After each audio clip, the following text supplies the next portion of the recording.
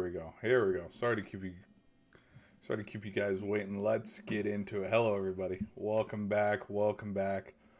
Let's start this stream. Sorry, that was a little bit of a longer intro. Didn't mean for it to be a long intro like that. Glad you guys are here. The Super Bowl is officially set. Hold on, let me double check. Make sure I'm not being drowned out by... Music's not drowning me out. Let's see the delay. Delay's not too bad. Okay, we're good. Looks like we're good. Okay, well, guys, it's official. We know exactly who the two Super Bowl teams are. We know who's going to be playing in San Francisco, and how funny and fitting it is, which I can't even imagine how 49ers fans feel right now.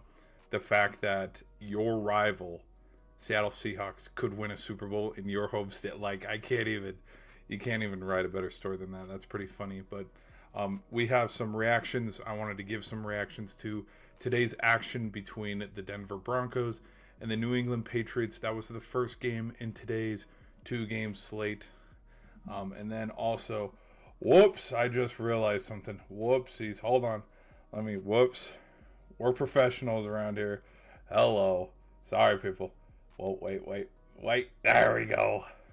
Goodness me. I'm a rookie around here. Okay. We'll fix the production team here. But I'll give my reaction to today's two-game slate. The first game was the Broncos versus Patriots AFC Championship game, which I don't blame that it was. I know that sometimes it flip-flops year to year on which game's first, which game's second, but I think, could you imagine how much crazier this game would have been if it started in the snow blizzard? I don't know. I don't know about y'all, but one thing that I was feeling from this whole game as a whole was Broncos had their shot. They had their chance, and they weren't able to get it done. And I don't think anybody's to blame other than the Broncos. You know what I mean? And I don't mean to sound crazy when I say that, but guys, go look at the box score. Go look at the stats. Go look at just how this game played out. 7-10. This was anybody's ball game for the whole thing. I will say one thing that it's a huge ask anyways, but we were talking about it for the last week, building up to the game and building the hype for the game and building the narratives and talking about everything going into the game of how, well, where are we going to, what are some things we can talk about? How can we talk about Jared Stidham? How can we, go into the game? And you know what? For the most part, he kept him in it. All things considered, he kept him in it because, again, this wasn't a huge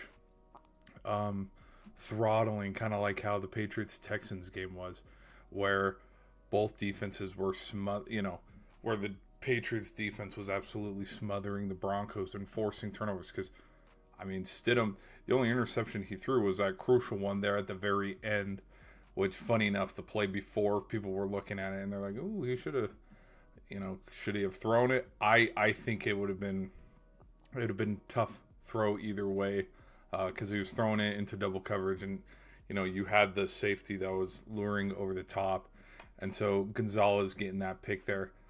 I'm not saying that it was expected, but these are throws and these are reps that probably just the timing and just the execution of it. It's one of those things where it'll sit always as a what if, because who's to say Bo Nix doesn't make that throw? You know what I mean? But there's other parts of me that look at this and go, you know what? Patriots front line they're playing solid. How many first downs did the Broncos have on the ground? How many, just the running game alone, Patriots were able to hold them at bay, and they walked out with a win, 10-7. I thought, okay, and the other thing, I'm gonna just be real honest, because I saw a lot of people talk about it, is everybody was talking about right after. Okay, let me rewind it back to the first half. Remember how there was, I don't know, it was like a third 3rd and 7, and then it turned into like a 4th and 2, or 4th and 3, 4th and 5, 4th and something like that. There was a series of plays where everybody was questioning, "Oh, Sean Payton, why are you going for this? Like this play could have a big impact on the rest of the game." And instead, like, this is two or three drives at max after the big second drive for the Broncos, because that was it for the Broncos. After that second drive, offense went right out the window, which I will give credit to the Patriots defense. Again, their front seven, solid. They played solid. You look at the run attack, just Patriots held them in a box. But everybody's going to go back and they're going to talk about, like, why did Sean Payton go for it on that 4th down instead of kicking a field goal, making it 10-0. And everybody's kind of, I've noticed, they're going back to that play and blaming that play for being why they lost the game. And truthfully, I do not for 1 second believe that is the reason why the Broncos lost this game. I think where the Broncos lost this game is it was a tale of two halves. I will say that. It was a tale of two halves, but the second that it started to snow, like the whole first half. Whole first half is one thing. I mean, in the first half, you look at some of the play calling and you look at just how the Broncos defense was able to execute. You look at it, Drake May was a little rattled there in the first half. He was not playing his best football. There were some throws. I mean, the best throw of the game was Stidham on the second drive. That was the longest play of the game. Deepest ball. I know that's not a word, but Drake May didn't have a big long pass like that. I mean, just the Broncos defense was getting after him in the first half, and you could tell, like, he settled into the game, and the second that he settled into the game and the Patriots could slowly get their run game started, the second the Broncos cut that off and it needed to turn into a rushing performance and a rushing day out of May, that's where I think the Broncos lost this game. Because I don't think the Broncos, if I'm going to be 100% honest, I don't think they had any answer for him in the running game. Because that's where he was so effective. That's where he ended up having his rushing touchdown on the ground. And I think he had around 70. Let's double check. I think he had around like 70 rushing yards or something like that. Let's pull up some stats here where I can double check. Let's go to the game cast here. Where is rushing yards? Ramondre Stevenson with 70, Harvey with 37. Box. Where are we? Let's look at the box. Box score, Drake May rushing 65. Okay, he had 65 yards and 1 touchdown. So, I mean, he was a big reason. He was a big reason why. But you also got to give a lot of credit to Ramondre Stevenson. I mean, I don't know how many. Wasn't there one part in the game? Let's look at third down conversions. Oh, yeah. Awful. Absolutely. Both teams were awful in third down. I mean, and then the other thing too, this field goal was on the first drive. Patriots started the third quarter with the ball. So they started the second half with the ball, then kicked the field goal. And it's like, all right, boys, game's over. Game's over. Pack it up. Let's just play some defense and see what happens, because that is one thing that did happen is there was no points in the remainder of the third and fourth quarter. Like it is where it truly did turn into a defensive type of game. I think but yeah, when you want to look, because again, I'm gonna circle back. The reason why I'm talking about this and yapping about it is I want to circle back to that play where everybody's calling, Sean Payton the reason why they lost this game, or, oh my gosh, why'd you not kick the field goal? The second that the snow started to fall, this turned into a totally different game. And the second that just the conditions turned into football conditions, it was anybody's game at that point, and it was a totally different game. And I think the Broncos defense still played solid because, I mean, all things considered, with how many times both teams got the ball there in the second half. Dude, if the Broncos, like, if the Patriots were to have capitalized and turned something magical on, they could have scored. Like, it was a pretty even slate on, like, after Borealis, like, kicked that field goal. It was, okay, whichever defense bends and breaks here, they're going to cost the team, because I don't think, yeah, Stidham did end up throwing that last second interception to Gonzalez that ended up sealing the game. But it's not like there was miraculously any other terrible, like, oh, Stidham with a costly interception right over the middle to the linebacker, and the linebacker ran it back to the 10, or, we had there was a missed field goal as well, but I don't think the missed field goal had that big of a lasting impact on how the remainder of this game went, because, yeah, it could have tied the game at 10 apiece, but even after the missed field goal, both teams had the ball a lot, because both defenses were shutting down the quarterbacks, respectfully. Like, just look at the box stats again. Here, let me pull it up for you guys. Hey, look at these passing yards here. 86, not 60, 86. And then Stidham did have 133, but 58, if I'm not mistaken. 58 of those was in that big long shot that led to the touchdown in the first quarter, because after that, yeah, virtually both teams were just, it was a rough day, rough game. Sad to see how the Broncos season, and just with all things considered on how, I'm even looking at the replay here. That's the other thing too.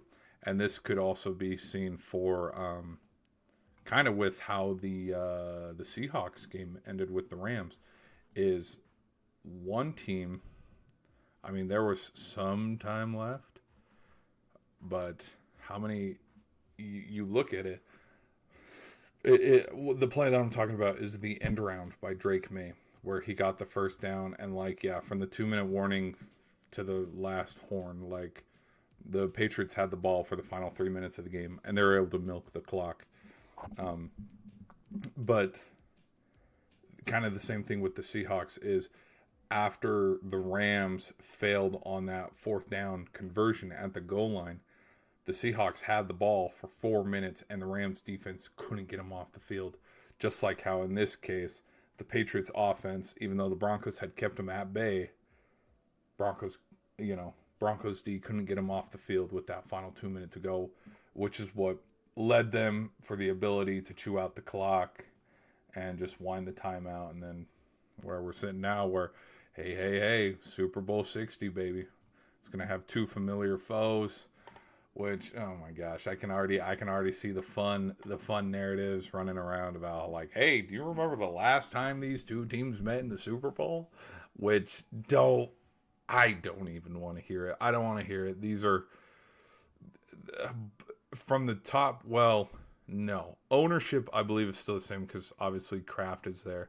I don't remember who the ownership is for Seattle, which, in fact, I actually think Seattle sold in 22 to get a new head everything, because I think it was in 2022 after Wilson left.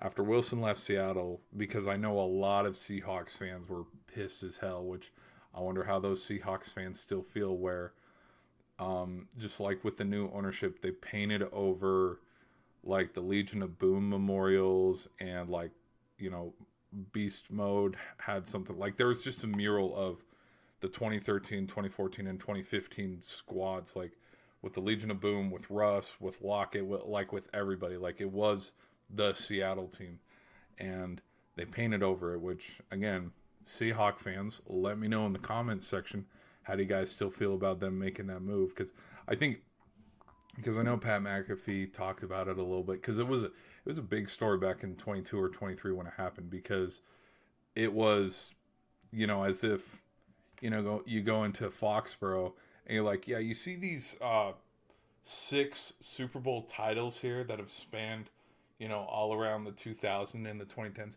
You see them over here? Take that shit down. We're a new team. You see, like it just, yeah. So I'm curious to how fans feel about that. But yeah, Patriots fans, how we feeling? You guys move on, you win in snowy conditions. Which, again, don't let this distract you from the fact that in 10 years from now, everybody's going to be in a dome stadium and we're not going to get any more snow games like this. Like, this is football weather. I know there's probably a lot of people out there who are like, oh my gosh, this is a nasty game. I do not like snowy weather. I don't like how there was no offensive production. This turned into a defensive style game. This is one of the qualities of football. And, you know, everybody's talking about it now, where you look at college football and one advance that a lot of teams in the North, like Michigan, like Iowa, not Iowa State, my bad, Ohio State, Indiana, what a lot of people are talking about is, hey, when the college football playoff comes around and we get to host the first round, it's going to be really tough for a USC team or a UCLA team or the Washington Huskies. It's going to be real tough for them to come to Iowa or Wisconsin, or a team from the South like the SEC, like Tennessee, because Tennessee went to Ohio State and they got boat raced. When you're warm city team, not a lot of teams, like, there is a stat around it, and the reason why there is a stat, because it's kind of proven, like, yeah, you look at the Miami Dolphins, one of the most infamous stats they have is their record is really bad when it's below 40. But then you look at teams like the Patriots, the Broncos with Manning, the Packers, especially the Packers, where, okay, the second it drops, sub below zero, hey, this place turns into the frozen tundra, and all of a sudden we have home field advantage. Now, there is an asterisk, I will admit, to that stat, because it doesn't matter if if the Packers are playing the 49ers. It doesn't matter where it is, because the 49ers are going to win every single time. But cold weather games are important for football. That's what this long-winded rant is about, is that cold weather football games are important, and in time, because the Bills are going to be playing in their new stadium next season, which I think they have a half and half roof, kind of like Seattle, which it does snow in Seattle. Remember, like 2 seasons ago or something, it was snowing when Seattle played the Bears? I don't remember. Let's look it up. I'm curious now. Let's go. Here, let's look it up. Which, while I'm looking it up, people, if you guys are enjoying the stream, be sure to hit that like button. If you guys want to see full screen, you can come check out here on the channel. Give a hot take that you want me to cover. If you have an opinion on sports, let me know in the comments. Okay, here we go. So, Seahawks snow game. It's like it's a whole bunch of... Yes, it was against the Bears. Look, because there's Russ. So this must have been... Like, they played in a snow game against the Jets, but this was forever ago. Like, this was pre-2013, because the Seahawks haven't worn these jerseys in ages. This was oh my gosh. Dude, that's Brett Favre. That is freaking Brett Favre. That's how old. Wow. Okay, so it's been a hot freaking minute. Here's another one. This one's against the Packers. Hasselback. This is... if I'm going to make a guess, this is regular season. This is postseason when they ran into each other again. Yeah, this was Russ. Russ is Walter Payton Man of the Year. This is 21. I want to say this is 21 or 19. Because if it was 2020, stadiums would be empty. Metcalf. Okay, there's other context clues. Metcalf. 2021. Yep. We can see. Yep. This was 2021. Which, looking at the history books, bro. Looking at the history books of the NFL, like it will 2020 and 2021 will definitely be an era. Like you look at this photo here, I can't tell what year this is. All I would know is it's pre 2013, 2014 because of the Seahawks unis. But like, if you told me this photo was taken in 2002, I'd be like, yeah, I can see it. 2003, yeah, I can see it as an average. But like, I know this is Ryan Grant, so I know that there'd be some time here. But like, you go right, where's the photo that I'm thinking about? You go right here, I can tell this is either 2020 to at least 2022. But anyways, all right. But yeah, that was a weird, long-winded rant on how I feel about dome stadiums versus regular stadiums. I think regular stadiums that allow the elements to dictate football games, it's good for the sport because, I mean, it's the same argument that I have for turf versus grass. This game was built on grass, and if I were the commissioner of the NFL, every field has grass so that so we can reduce ACL tears, and not only ACL tears but Achilles. I mean, I think the Seahawks, I think they have no, they don't have AstroTurf, but it's not grass. Like the best grass fields, not Lambeau, but like Arizona, Philly, who else has a good grass field? Denver has a good grass field. But that's what I would do. If I was the commissioner, we're doing that. Second order of business that we're doing if I'm the commish. We're bringing back... What are we bringing back? We're bringing back rock to halftime performances. Like, I want to see Metallica. I want to see...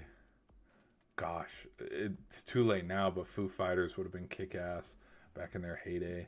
We're also bringing back, if I'm the commissioner, we're getting rid of the nowadays NFL jerseys. Like the Cardinals jersey was it's a pretty jersey. Like not a lot of teams can make a white helmet look good. And off the top of my head, the only other team that has a white helmet is the Jets. And you know who makes a white helmet look better than the Jets? The Cardinals. Like the Cardinals red and white, very simplistic. The only other team that I would say in all of football that can make a white helmet look good would be Penn State. But again, you're comparing apples and oranges with college football to the NFL. But yeah, I'd bring back the Rams, what the Rams had when they were first in LA before they went to SoFi. Bring those jerseys back. Bring back the Matty Ice, Julio Jones, Falcons jerseys. Bring back the OG Bronco jerseys, you know, that Manning was wearing in Super Bowl 48 with Welker and all of them. I don't like their new stuff. It's yucky. It's yucky. What else? I'm bringing back, we're bringing back the high gloss. I know everybody loves the matte finish for the Vikings, but bring back the glossy helmets on the Minnesota Vikings. Those were clean. I like the matte look too. Like it looks good, don't get me wrong. But like yeah, some rebrandings have been really good. Like the Seahawks one. The Seahawks rebranding was, I mean, come on. It's the Seahawks, but others it's like what team am I thinking of? Not the Falcons, for example. The Falcons, they can't make up their mind. They're going to change their jerseys again. And then oh my gosh, it's on the tip of my tongue. It's not Jacksonville, it's not the Raiders. Hold on. See, now I got to do some research here. Hold on. Stay with me, people. Let's go look it up real quick.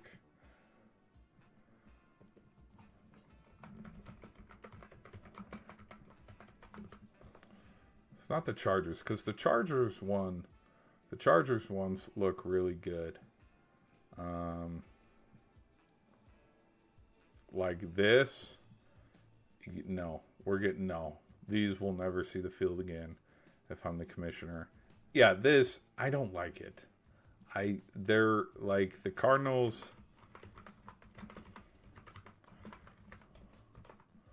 What's wrong with this jersey? This is such a clean jersey. Like the red and the white and how it fades into the... Because everybody at the time, too, had that little... Like the little half flare. Or the straight stripe down. Or these away unis for the car. Oh my gosh. It looks so good. But they're like, no. And yeah, bring back this. Bring back this Patriots look.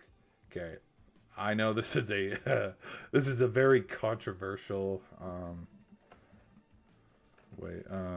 Tom Brady. No. Here we go. Okay, I know this is very controversial. This is the Patriots uniform. Okay, this is what they wear at home. This is what they wear on the road. Okay, this is such a clean look. I don't know why they did this. I don't like their new stuff as much as the old.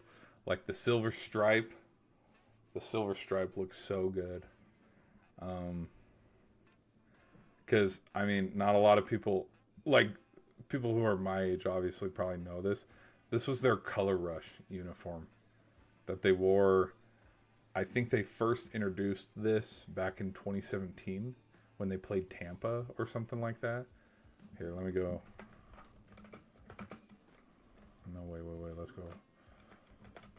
Bucks versus Patriots. Because back in the time, yeah, look at this. Like, this is what their away pants are now. And, like, this was their Color Rush.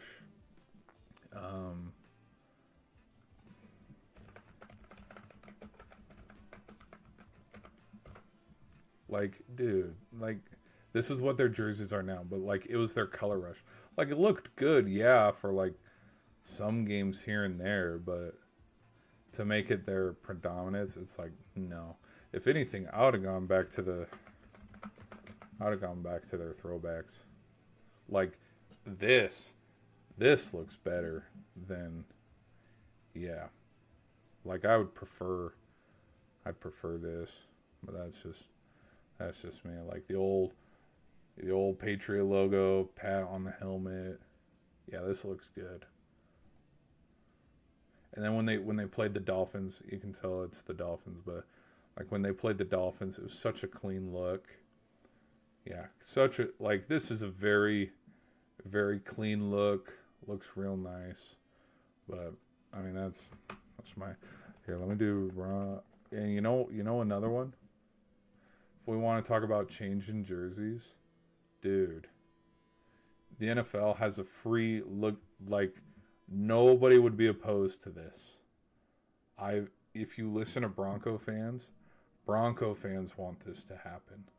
They want them to go to this full time. Not this. Oh, hell no. Anything but this. Which, I think I watched this game. This game was like...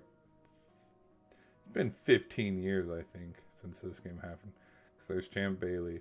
But, like, freaking... Dude, I remember... Oh, my gosh. This... I'm going to butcher this. I'm going to butcher this joke. Let me get a swig first. This is bad.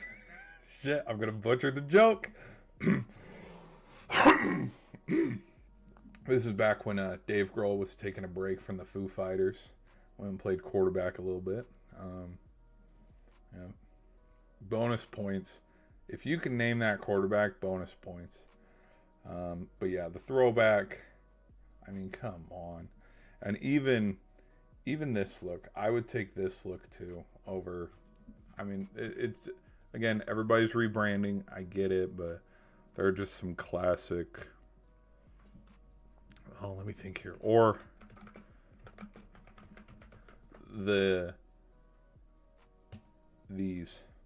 this uni combo for the Rams. This is their best combo. Which how surreal is it for Cooper Kupp going back, excuse me, to another, my burp here. But him to go back to another Super Bowl, but he had a couple critical catches against his former team today. Like, how cool is that?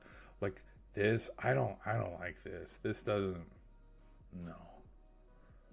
This look though, and the black and white for the Bengals, this looks clean.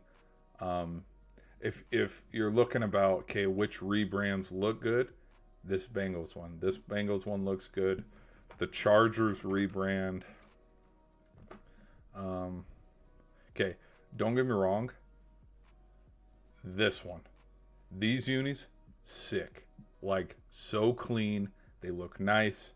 It's, it's their San Diego. This is what Phillip Rivers wore, back when they were in San Diego with LT and all that. Like, I like this look for the Chargers. Like, if they went half and half, I'm fine with that. But I want this, but the full on.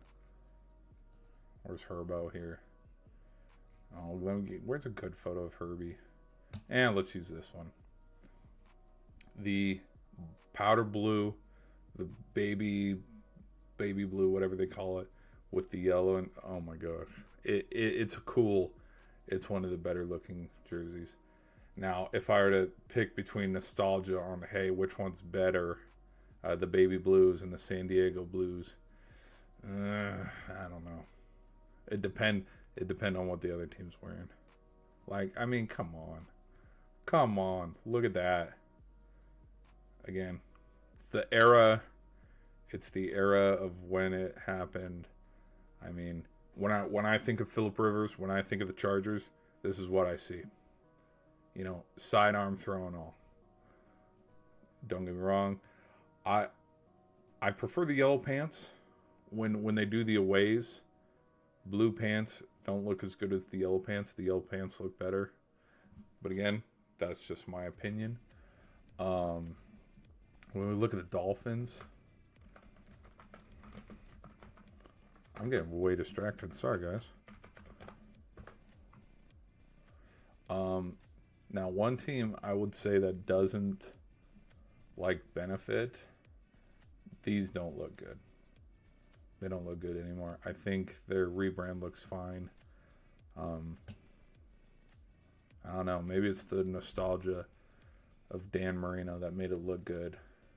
Because this looks fine. Nowadays, no, it doesn't. It doesn't look the same. But let me do.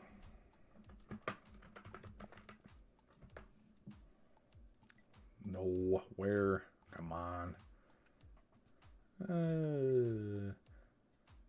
Where's their uni combo I like? Tua.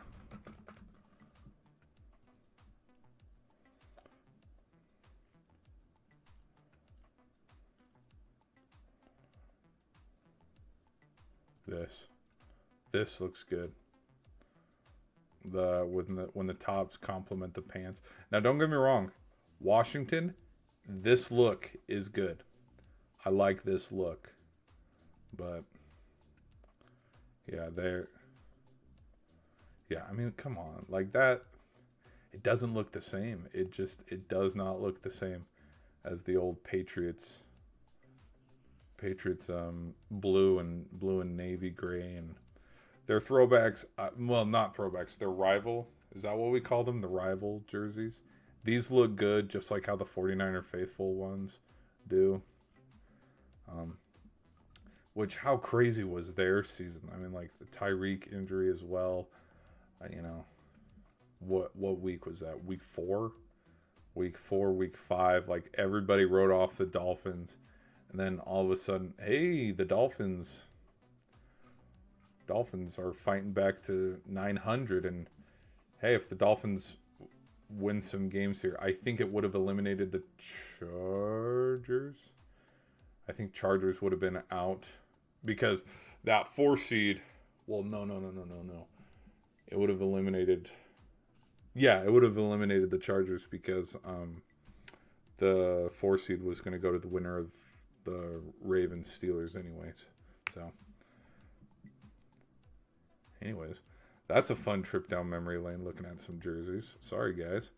Let's get back to what the hell we were talking about. But I remember why we were talking about that. Because if I was the commissioner, of the NFL, those are the things I'm changing. We're bringing back good-looking jerseys. None of this nowadays BS. And we're opening up the roof. I want to see football in the elements. I don't care if you don't like when it rains. Hey, guess what? You know what? When you're playing on the West Coast and the East Coast, guess what?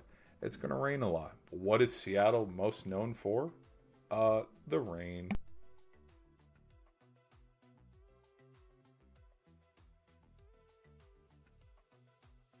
But then also, I mean, you go more north to Green Bay, Minnesota, or some other teams up north. Foxborough, you go to certain parts of Foxborough, like snows in Foxborough. It snowed today in Denver. Like, just the elements are a part of the game. And don't get me wrong, like, teams having, like, open doors, like, for example, Levi's Stadium with where the 49ers play, like, that looks like, yeah. Does it snow in California? No, not that often. Does it snow in Arizona? No, not that often, if ever. So, like, yeah, it's cool that they have their somewhat, like, retractable open roof. Like, the open roof concept I'm okay with, and it's cool, but, like, you can't, I mean, you think about Mile High, you think about Lambeau Field, you think about Soldier Field, Foxborough, where else? I'm trying to think. But just, you can't put, dude, you can't put a lid on Soldier Field. You can't. Because we wouldn't have had those, because the other thing too, and it kind of works as an advantage in your favor. Like, if the other team isn't used to the elements, you get ready. So, anyways, all right, let's talk about now. Let's talk about the Seahawks versus Rams. I think personally, this game was a little bit more entertaining than the other one. Both teams scored. Like, this was a high-scoring affair. This was a great game. Bobo as well. He also got himself involved in this game. He had himself a touchdown. I don't remember what part. Was this when it went up by 11? When the Seahawks went up by 11? All I remember is it was back and forth for the majority of the whole game. And one game, I will say this, because this is how I feel about this sequence of plays. So we have the unsportsmanlike conduct, okay? And then what do the Rams do with it? They go right back down the field. First play on the dude that committed the penalty, we go right to Nakua, right to the pylon. Nakua's fallen into the end zone for a touchdown. And then we have a ball game here because I think this touchdown brought it within 3, if I'm not mistaken. It brought it within 3 or 4 because it was a bang-bang play. I'm kind of thinking, hey, ball, don't lie. Now, if you're a Seahawks fan, you could look at it from a point of view of, holy shit, we just got hosed, which I understand that. But I don't think Rams didn't win, so it doesn't matter. It's kind of a wash in its own way. But I'm looking at this penalty and the muffed punt for the Rams. I think they washed out, both of them, because when the Rams muffed that punt, next play, Darnold's throwing it to Bobo for a 18-yard touchdown pass or something. I think both quarterbacks played really well tonight. Both had 3 touchdowns, which if you look at Sam Darnold, which I'm glad I'm remembering because I did want to talk about it in this review, in this reaction to the games, is with Sam Darnold's record against the Rams and what his stats look like in the first 2 regular season games. Awful. 2 touchdowns and 6 interceptions. Like, awful. But then with this game, he turned it around, and I'm going to give him props to that because in this game, 3 touchdowns. Guess how many interceptions? 0. Now, Stafford, on the other hand, too, he also had 0 interceptions. So both quarterbacks played very well. But to me, I think that was one stat that I wanted to talk about. That was pretty impressive on how the Rams found ways in the regular season to turn the ball over and get the ball from him. But not today. He threw 3 touchdowns. Now, I mean, you could look at the context of, well, one of them was an easy give me, a gimme pick because it was the first play. But again, like it's bang bang, like it equaled out. And then I'd give, okay, this is only a little bit of Rams bias showing. When we want to compare, okay, who played better, which quarterback played better, I got to give it to Stafford. And the reason why I got to give it to Stafford is because, I mean, Stafford only had the lead once in this whole game. Other than that, he's coming back down from 11. Seahawks never did. Seahawks, their defense was able, no, not their defense, their offense was able to like sustain and keep arm's length. And also, too, the other thing is Stafford had a hell of a lot more clutch throws in this game. Some of the passing plays that Darnold did throw, a lot of checkdowns and over the middles to Smith and Jigba. I didn't see any deep shots to Cooper Kupp like I did to Nakua or Adams or Higbee. I will say, and this, oh my gosh, now that I'm thinking about it, it's going to haunt Rams fans for freaking ever. Dude, if that catch, it was third and 4. Dude, if he catches that pass and gets the first down, he's walking into the end zone. So that one's going to hurt for a while for Rams fans. What else? What else can we talk about? Let me look at something here. We look good. All right. Streams coming through. Guys, give me a thumbs up. Streams coming through smooth. I guess streams coming through smooth. Sweet. Thank you, guys. Thank you. All right, let's keep it rolling, shall we? But so now we sit at a unique situation where we got 2 first-time head coaches, 2 first-time quarterbacks. Like, there's no veteran experience now in the Super Bowl. Which, actually, no, I'm not even done reviewing the Rams-Seahawks game. What are some other things that happened? Oh, yeah, Nakua. Yeah, he had some good catches, which I will say, one player that has impressed me a lot from the Rams this season, not only Devontae Adams, but Puka Nakua, because, I mean, as you can see, too, Witherspoon's got his hands all over him. Should it have been called? No. Was it called? Also, no. But the fact that the last play came down to him barely, like, we're towing the sideline, and his knees barely scraping because he's laying on top of the defender. If I'm a ref, I'm being like, whistle, whistle, whistle. Hold on, he was out of bounds. And how electric would it have been if this thing went down Hail Mary last play of the game? You kidding me? That would have been fetching wild. Okay, who else had a big game? Let's talk about Jackson Smith and Jigba too. He had a huge game. It was talked a little bit about. Now, I will give some transparency a little bit with praise to Sam Darnold as well, because I've kind of been a harsh critic of him this season. But last game against the 49ers, Kenneth Walker was the dude. He had 3 rushing touchdowns, and there was a lot of people were talking about, I mean, it was mostly Tom Brady, but he talked about like how effective the Seahawks were without even using their offensive weapons.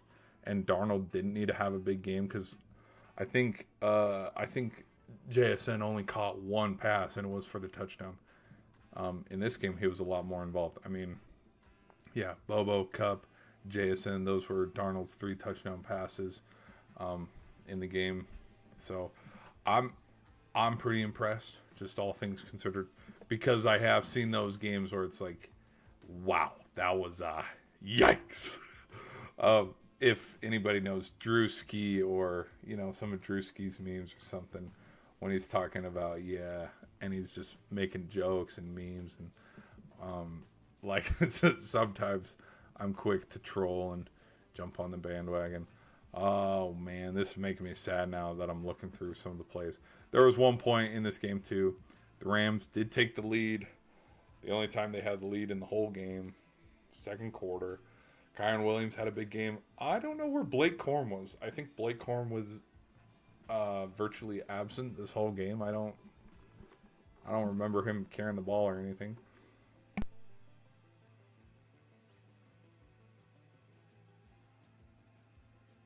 Here, in fact, let me pull up a stat sheet here. Here, let me.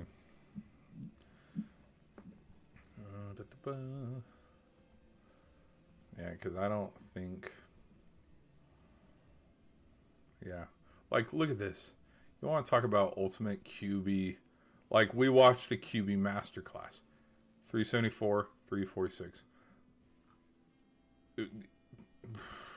You know what? I'm gonna keep my mouth shut because if we see this kind of performance in next week's Super Bowl, I'll be very impressed because I don't think Drake May has thrown. He threw for 3 touchdowns against the Texans, but I think his passing yards was like around 120, something like that. But again, I think yards, because what's more important, yards or touchdowns? And so that's where it's kind of like, because I mean. That touchdown pass to Booty was a damn good one. Not going to discredit that. Oh, Blake Corum had more rushing yards than Kyron Williams. Okay, 9 carries, 55 yards, 1 turnover, but this turnover was on the punt return. Yeah, oh. Okay, that's where they lost the game. This makes sense. Okay. And now I'm only realizing this now. About an hour and a half after the fact that third downs were huge for them. Because look, second quarter, this is where they took the lead. And then 2 back-to-back touchdowns to end the half. Again, good throw. Great throw. Take the lead. And then the fumble, because we had the muffed punt. The Rams and Matthew Stafford, from taking the ball and giving them the lead to 13-10, he did not get the ball again till they were down 24-13. And then that's when they marched down the field. You know, he hit Adams in the corner, which again, the fact that everybody has this, again, this is my own personal opinion. This isn't factual. This is, again, just my own opinion. The fact that everybody's written off Davante Adams, I mean, you go watch some of my videos and go watch just whether I'm giving top 10 or receivers to look forward to or something. Like in that conversation when I'm talking about receivers, talking about, you know, the JSN, the Justin Jeffersons, the Tyreek Hills, the AJ Browns, I'm also talking about Davante Adams because he is still that dude. And if anything, this season alone, he has proved that. If he leaves the Rams, which I don't think he would, if he leaves LA and goes to another team, he's going to go to a team and get a bag. Like, that's nothing, and I don't sound too crazy for thinking that, just because of how he performed this season. But it's going to be overlooked, and it's going to be forgotten because, oh, you're Davante Adams, and you're an older wide receiver, get out of here. You know who, I don't think he's the same age as D-Hop, but it's like his rookie year, I mean, he's been in the league for 10 years now, I think. I think his rookie year was 26. Nope. His rookie year was the year the Packers lost to Seattle. Yep, never mind. But again, dude, he's been in the league just as long as Mike Evans. But, you know, you ask anybody who's a better receiver out of Davante Adams and Mike Evans, a lot of people are going to talk about Mike Evans, which that's no discredit to Mike Evans. We sometimes when we talk about wide receivers or running backs, sorry, I had to check to make sure my mic was, hello. I had to make sure my mic wasn't muted because there's been times where My mic has been muted, and I've just kept rambling. But we talk about age, and we talk about how some players are washed, and I really don't think that. Like, there's parts of me that think, I mean, oh gosh, I can't remember if it was like a podcast I was listening to or something where people joked about how if Tom Brady put the cleats back on and played, he'd perform better than at least 60% of the quarterbacks in the league. And it's like, yeah, I don't think you're too far off. I don't think you're too crazy for thinking that. Now, let's talk about a little bit about Matthew Stafford and his performance tonight. I think it was good. Again, over 350 yards passing, 3 touchdowns. Him and Darnold had a QB duel. The run game was not as felt as it was both in the Bear game, but then also especially the 49er game with Kenneth Walker's 3 rushing touchdowns. My thoughts on Matthew Stafford was one thing that I was kind of leaning towards a little bit, but I didn't want to talk about it till it was all said and done, is there was parts of me that was thinking in a poetic full circle moment, sort of, where Super Bowl 50, hear me out when I say this, because I know it sounds a little crazy when I'm talking about it, but Super Bowl 50 was the sheriff's last ride, okay? And I think we kind of knew, like, okay, if Peyton Manning gets to the Super Bowl again, it might be it, considering how much the Seahawks blew him out in Super Bowl 48. And just mobility-wise, Tom Brady, Peyton Manning, they did not have it. If you wanted to watch a mobile quarterback 10 years ago, you were watching Cam Newton. You were watching, even Aaron Rodgers had a little bit of mobility, but, like, he was still like Roethlisberger or Phillip Rivers on giddy up and go. More athletic dual threat quarterbacks. Russ, okay, for the Seahawks. Matt Ryan could run the ball. And, if you're a Packers fan and remember the 2017 NFC Championship game, yeah, I think Matt Ryan had 2 rushing touchdowns in that game or something. Just tore us up. Anyways, all this to say, Super Bowl was in Santa Clara. It was Super Bowl 50, and he just kind of rode off into the sunset after winning Super Bowl 50, getting that second ring. And so, me, kind of like looking at it from that point of view of like stories and, what a great like kind of chapter to a story or whatever, is I kind of looked at, what if this is Stafford's last ride, where I don't even remember what seed they were, but he's the league MVP. I think he's going to win the league MVP. And if he doesn't win the league MVP, I'm going to be super sad, because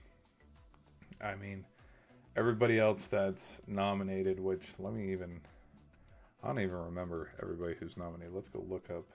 I know Drake May is in the conversation, but Drake May's been I know Josh Allen's up there. Let's go look. NFL. No, not MVP. MVP. Where's the photo? Here we go. Trevor Lawrence. Ah, yes, Trevor Lawrence. Wow, look at this. Look at this. People, oh my gosh, people would make fun of this so much, because people hate Jalen Hurts, which I think sometimes the hate is warranted, but then other times I'm like, dude, he's a fine quarterback. Hey, guess what? Hurts has played in 2 Super Bowls. He's won one. Have you guys? You know what I mean? Or like, hey, out of this whole list of quarterbacks, excluding Mahomes, guess who's played in the most Super Bowls and won the most Super Bowls? Yeah, Jalen Hurts. You might not like it, but that's how it is. Here we go. But Josh Allen, Trevor Lawrence, Drake May, Christian McCaffrey, and Matthew Stafford. I like McCaffrey being up here on this list too. And the reason why, let's go to 2026. Let's see if we can find a better photo that's not as blurry.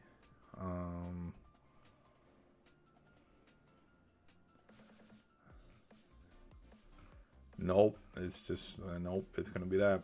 It's going to be those two. Is this? Nope. Just as blurry. I don't like that. Like, you click on Facebook or YouTube. No, not YouTube. Instagram or Facebook. It's always blurry. What about TikTok? Nope. Just as blurry. That's probably because it's a secondary link or something. I don't know. Anyways, but, you know, we'll click this. We'll use this. But I think stats-wise, it's Stafford. Record-wise, okay, yeah, Drake May. But to me, there was so much. I mean, just with the fact that he has 10 more touchdown passes than all the other quarterbacks at one point. I don't know what it is now. It's probably, excuse me, it's probably still at 10 considering he had 3 tonight and May didn't throw a touchdown tonight. Anyways, but I just thought, you know, you have Stafford winning the MVP, which I think Mahomes was the last one to win the Super Bowl and the MVP.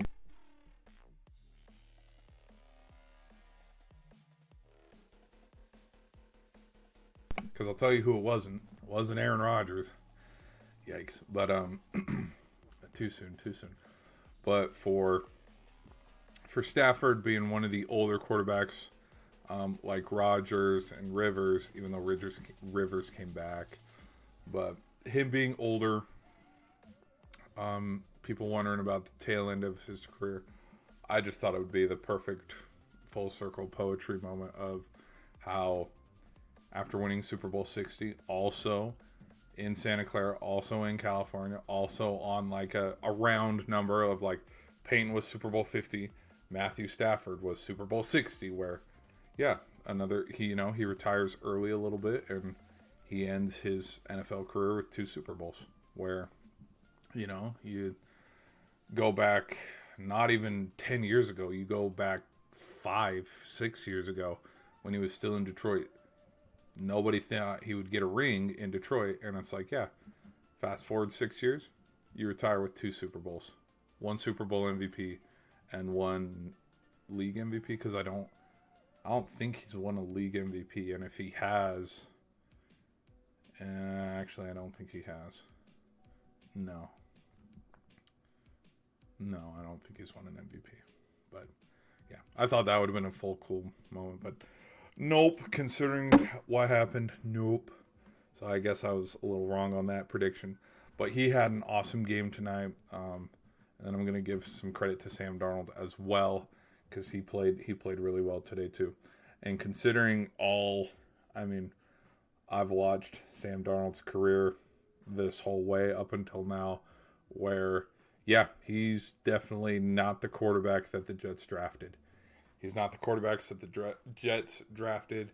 He's not the quarterback that was having a, quote, QB competition against Baker Mayfield, where Carolina brought in 2 quarterbacks. What league? Well, I mean, if we want to look at the Browns, for example, but what franchise brings in 2 starting quarterbacks? You know what I mean? I know people were talking about that, and that was a crazy comparison going on back in 2022, where people were like, what the hell is Carolina doing? And we saw where that went absolutely nowhere. He goes to San Francisco. He ends up being Brock Purdy's backup. To just see how far he's come, I will give credit, because, yeah. Well, and then also, not only that, but like on top of that, Minnesota. Now, we know how it ended against. We know how it ended in Minnesota when they played the Rams. I mean, they go watch the tape. Like, he played bad, but like, I think that was probably a big surprising thing where it's like, what you go look at Bo Nix, you go look at, yeah. Like Bo Nix or Shador or Drake May or Trevor Lawrence or Caleb Williams. Let's use no, not Caleb Williams. I'm trying to think of like they can't be a young quarterback. They got to be a vet in this comparison. But yeah, for hell's sakes, let's just use Trevor Lawrence for example. But like it's as if, okay, you guys, great. You won the South. Good job. You won 10 plus games. See ya. Goodbye. We don't need you anymore. Like, that was kind of the equivalent of what it was, but like, I think there were a lot of other concerns and issues with just Minnesota as a whole at the time. I mean, Minnesota. I don't know if Minnesota's ever gonna win a Super Bowl, but that's just me. And then also too, Cooper Kupp. Like the fact that both of these guys, Kupp coming back for another year, the Rams just letting him go, and then he goes to Seattle, beats his former team. He has a shot to get 2 Super Bowls. Which, how crazy would it be if Cooper Kupp ends up with more Super Bowls than Matthew Stafford? That's a conversation I don't want to have. Okay, who else had a big game? Kenneth Walker had a big game. Is that it, though? Is this the last? Oh my gosh, guys, this is the last. We have hit the end. Look at this. This is my last fun photo. Is this. All right, guys, I think we've hit the jackpot here. Let me check the chat real quick. See if you guys have any crazy sports takes. Nope. Which fine, totally fine. Hope you guys enjoyed the stream. Here, people on the shorts end. We're gonna give a heart out. Hope you guys enjoyed the stream. Be sure to hit that like button. All right. Okay. Oh, we gained a subscriber.